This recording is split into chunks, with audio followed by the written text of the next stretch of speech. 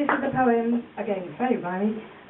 It's a poem that I read last week, but it was very long and I've shortened it, so I'm going to try it again. It's called How I Avoided Adding to the Rising UK Divorce Figures in Recent Years. That's the title. I've been a true and faithful wife to every husband that I've had. I've promised to devote my life through thick and thin and good and bad, but only while this rule applies. What I decide shall be, must be. And there a problem lies. When Johnny led me up the aisle and with a loving, manly smile agreed that he would have and hold me, I loved him, but they never told me I'd have to iron 10 shirts a week. And when I ventured, could we speak about this imposition on my valuable time, dear John insisted this was what he'd meant when opting for the sacrament. As a blunt instrument, the iron was great. John's status quickly changed to late. My second love was handsome Dave.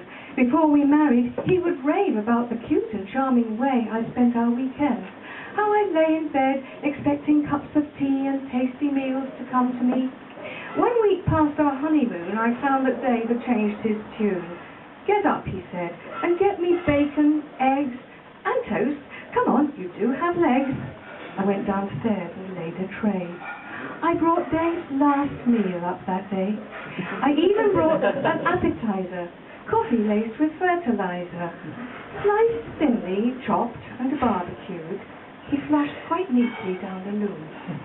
An optimist, I've tried and tried. 5 times I've been a blushing bride.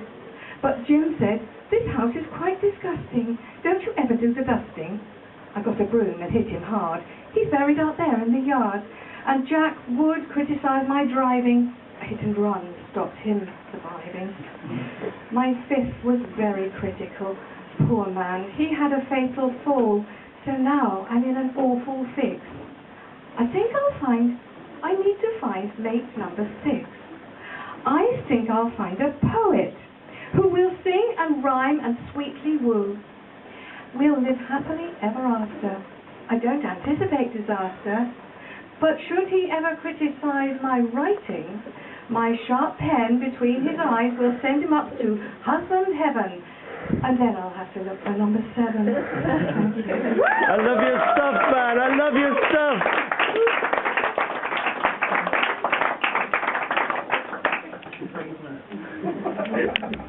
That was Janice Windle. I bet there's still some blokes out there that are quite interested now. It's kind of a death drive type thing. Anyway, okay. Death wish.